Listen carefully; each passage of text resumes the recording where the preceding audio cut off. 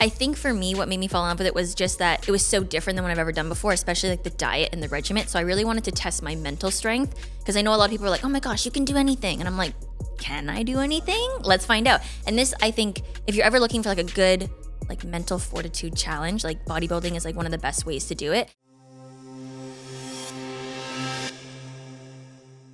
What's up, everybody? We are back with another episode of HJR Podcast where I am super excited. I've been loving guests who aren't MMA.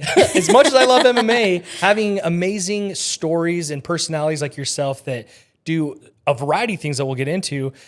Thank you, Little T, for being here, making time to be with our audience and just telling us your story. I mean, we'll get into it, but Miss Runner-up of Olympia 2023, you are maybe in a small package, a huge personality, huge energy, and we just want to learn all about you. I mean, you started out in gymnastics, cheerleading, and dance. Mm-hmm. If you follow her content, it is apparent how skilled she is at all of those.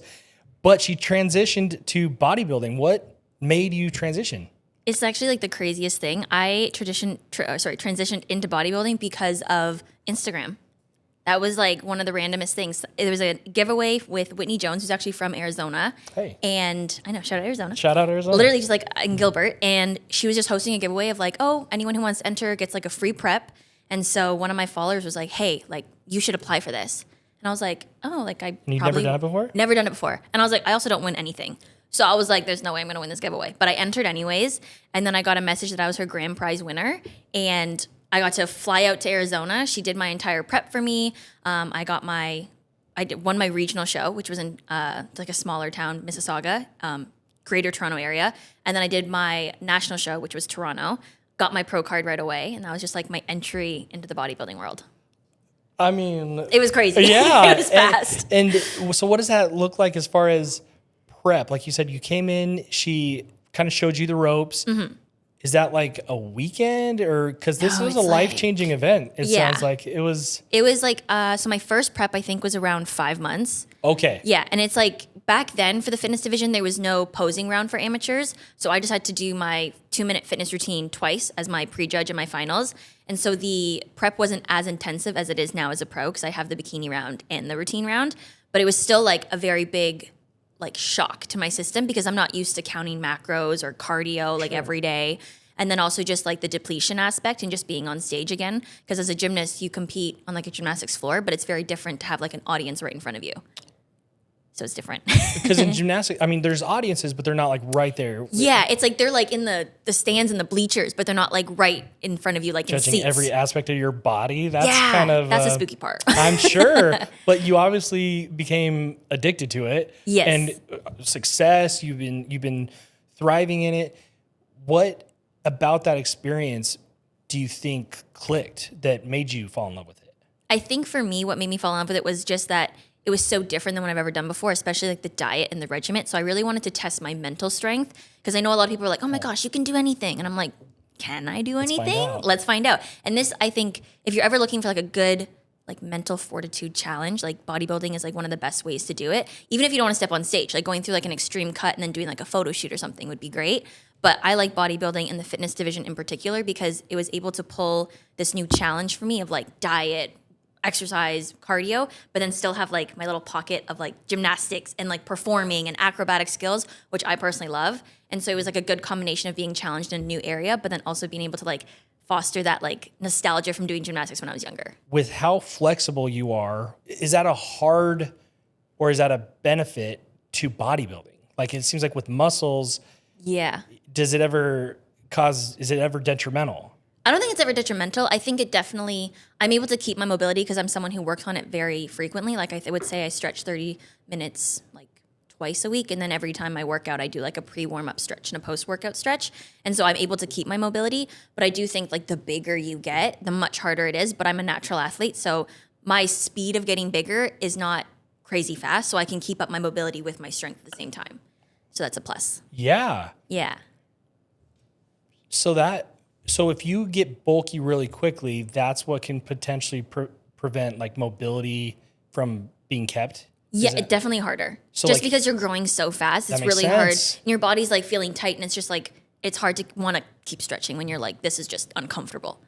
That makes perfect sense because I'm always, I have dad bod. I'm going to get back. We just got the beautiful gym done. So it's time.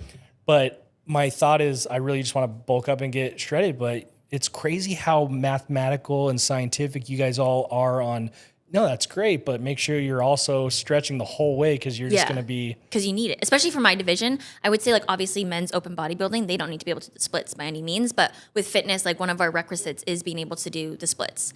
We have to be able to do like a high kick, which is again flexibility, splits, a straddle hold, which is mobility, like being able to hold yourself in like a straddle position, and then also being able to do a push-up. Those are like our only like fundamental things we need in our routine, so it's important to keep the flexibility aspect. Not a lot of bodybuilders outside of the, like push-up, like that surprised me. Is that not really easy for bodybuilders to No, they can definitely do it. It's just some bodybuilders don't prefer the fitness division because it's like maybe that's like the basics of what you need. But if you look at like Missy Truscott or my routines or even Jacqueline Baker's, we're doing like big flipping skills too. So a lot of people see that and they're like, "Oh, that's not for me." But it is just a really fun division. I love it. I'm excited to... with guests like this, where I can learn a whole new area of life that I've never even explored, I get to live vicariously through. So thank you for getting me so interested. I'm going to be watching everything you're doing. So when is your next competition? I'm going to be competing in Arizona, actually. So fun, September 13th. September 13th. Yeah, that one is my first show of the season for 2025, and then that's my pre-competition before I go to the Olympia for 2025. Obviously a stud physically, but a very stud educationally as well. You got your honors in kinesiology and physical education. How has your education influenced your training regimen?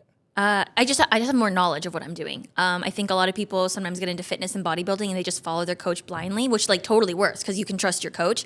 But for me, I like to understand the why. I think it helps me be one, motivated, but two, also like stick to everything. So I just know how important it is. And then also just having that background in my own like world of my own training, training my own clients is super helpful too. Do you have a coach? I do, yes. Jody Boom out of Hamilton in Canada. Is it because you're so knowledgeable, is there ever times where it conflicts or are you? No, Jody's like one of the best people I've ever met in my life. She is like so on it and she also competed in fitness as well. And so she understands that we're not like the other categories. Like we need carbs. Like some people cut them out entirely and then you're just like basically like, oh my God, I'm gonna fall asleep. Like, totally. But you need to be upside down flipping, so you can't do that. Totally. So I trust her entirely, and we always like get along.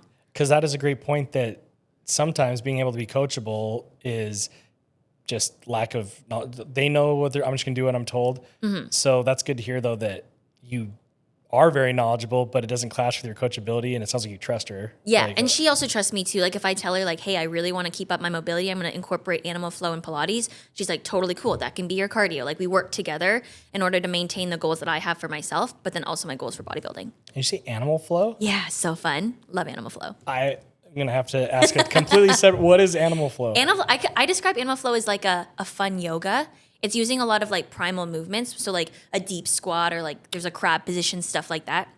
But it's learning how to move through those motions, keeping your core stabilized, having a lot of mobility in all your joints.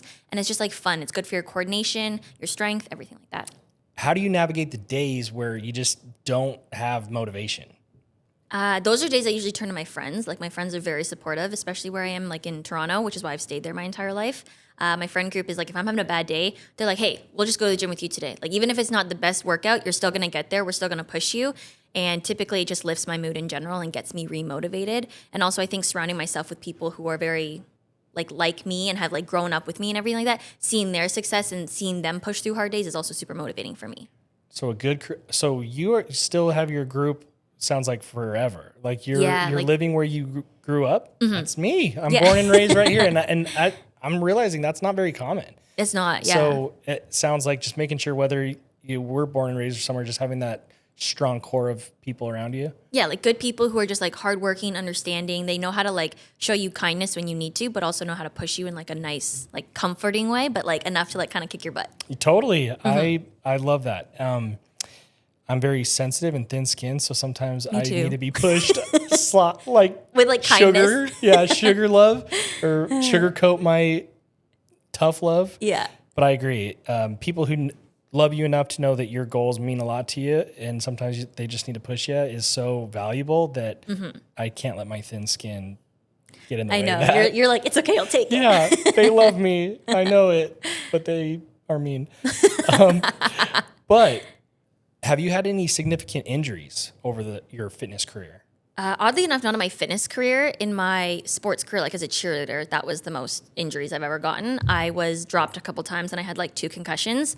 Awful. And then I also hyperextended my knee. So then I like strained my hamstring, fractured my tibia, and then did something else to one of my ligaments in my knee. But it was no surgery or anything like that. But those are like my biggest injuries. When you say dropped, I'm assuming you were up, you were the top. Oh. I was the top. And they literally just, You see So, those on TikTok I don't cheerlead now. anymore. No, of course. You make I don't know in cheerleading what type of trophies you get or whatever, but you make trophies as an individual because cheerleading is a team sport, right? You don't get like individual trophies for cheerleading. No, it's a team sport, which was I loved being a part of a team sport. Is my first time, but I do think it's much easier to rely on yourself than other people to catch you. Especially, exactly. I was just about to say, especially if they're not catching you. Yeah, let's more depend than on once. ourselves. Like, I'm sorry. Yeah, that's okay. What has helped you the most in dialing your nutrition? Do you work with a nutritionalist? Just the support of my coach, I think. Just knowing that whatever she's doing and trusting her is like the right thing. So even when she drops my carbs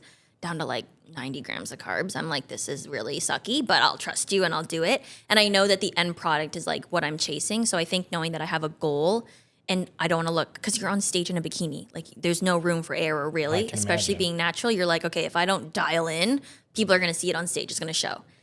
So I like that's that like a big motivation. Of course. I can't think of probably anything more motivating than being like basically naked on stage in front of being judged by that. Yeah, 7 panel of judges who are literally looking for any imperfection you have. And then you have a bunch of people in the audience who are also looking at you. So you're like, I should probably dial in. That'll keep the carbs away. Yeah. You're like, who needs carbs? Just straight motivation. I can go on a whole tangent with that. But your, it sounds like back to people you trust with your coach and your knowledge. Like you spent how many years is your kinesiology degree? Yeah, 4 years, yeah. And then also just like other certificates too. Like as a personal trainer, I keep up to date with everything, just making sure that as the fitness changes and everything, I'm, changing with it and not getting left behind.